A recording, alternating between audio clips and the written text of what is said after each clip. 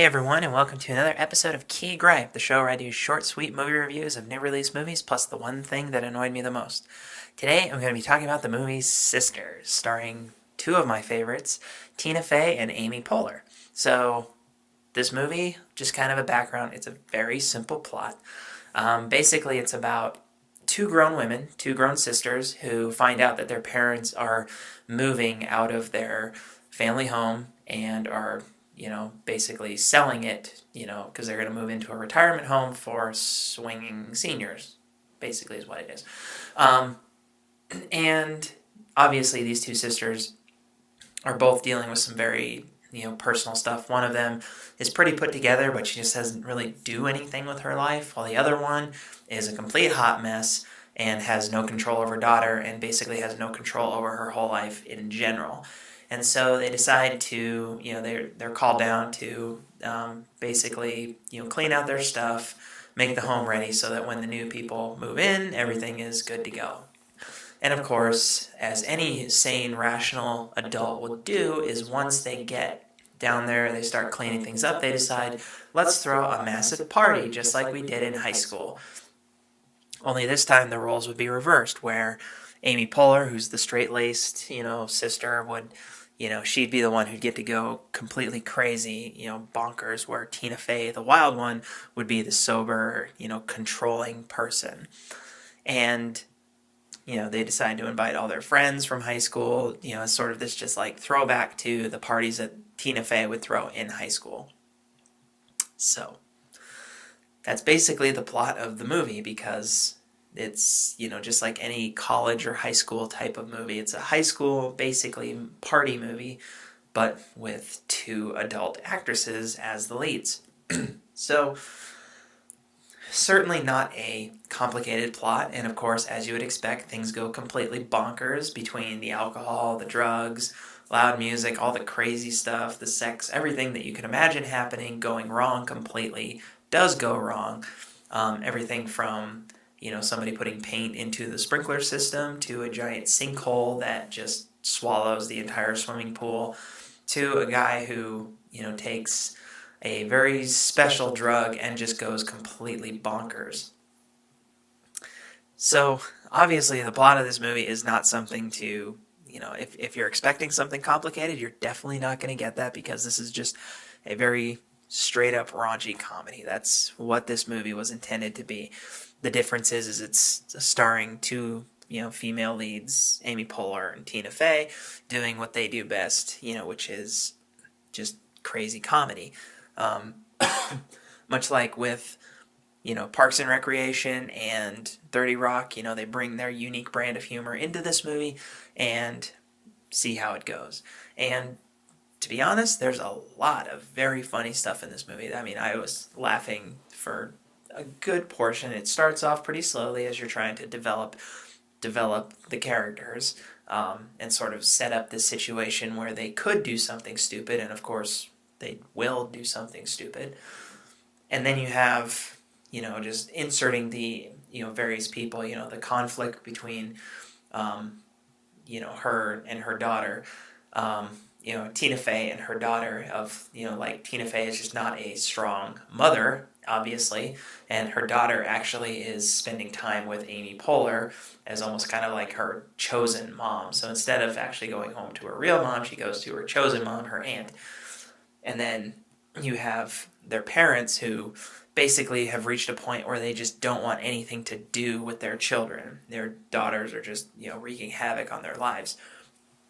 And the parents are played by James Brolin and Diane Weist, and they do a pretty good job of basically just being like, we don't want you anymore. Just go live your lives, or in Tina Fey's case, just don't screw up too badly on your own. So it's an interesting, kind of setup, but it all just basically gets you into, they're going to destroy this house basically in, one grand party fashion. So the ultimate question is, what's the value of this movie? Other than a lot of really raunchy laugh, what's the value of this movie? That's really it. I mean, if you want something that's going to be just complete popcorn entertainment, this is a good popcorn entertainment movie because there's a lot of funny stuff, there's a lot of absolutely ridiculous stuff, tons of cameos, or, people who are, alumni of SNL or The Daily Show, because you've got Maya Rudolph, who seems to be in a lot of these type of movies. You've got Rachel Dratch, you've got Samantha Bee, John Leguizamo, just, a spattering of, these these people from SNL and, just the comedic type people coming into this, situation and just partying like crazy.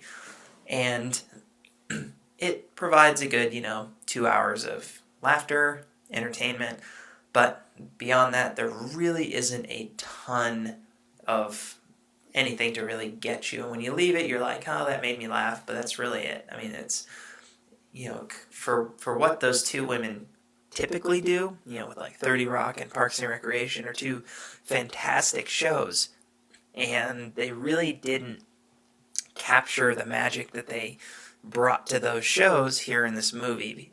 What was interesting, though, is the fact that the roles were reversed, because you kind of, think of Baby Mama is the last movie that these two were really in.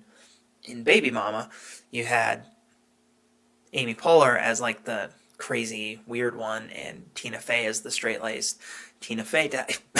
The fact that they have a name for it, a Tina Fey type, should go to show you that, yeah, Tina Fey is kind of typecast, so to see her in something different is good. It's interesting to see her as, trying to play the rebel, and she does it pretty well. But ultimately, the movie is just, a few gags, the Animal House type of gags, your she's all that kind of gags. A lot of just, the typical stuff you'd expect from, like, a teen comedy. So, is that my key gripe? No. I actually have a completely different key gripe. And that is that this movie is as funny as it is, and as, good as it is to, see two female leads, there's nothing really, inherently different about it than what, you can get from any of these other, teen party movies, like Neighbors. The only difference is that it's just two female leads, which I was really excited about. I really wanted to see a movie with, especially these two, because these two are so brilliant at their craft. And their talent is completely wasted here because it's such a mediocre attempt to harness just that silly, teen movie type of atmosphere. And they do that with two extremely talented comedians. And it just, at times it's extremely funny, but other times it's like there is like a Tina Fey moment there that they could have harnessed. Or there's, Amy Poehler would just, tear this one apart. So it's very strange how, it's good to see those two, but to see them take on such a mediocre movie, even Baby Mama had enough, Tina Fey and Amy Poehler, feeling to it that, you could say it was, it felt like one of those two. Whereas this one, it doesn't really feel right. And maybe my key gripe is a little too vague there. But I'm just going to say it's too generic a movie to really showcase what these two are capable of. And I don't think it harnessed their talents extremely well, or particularly well.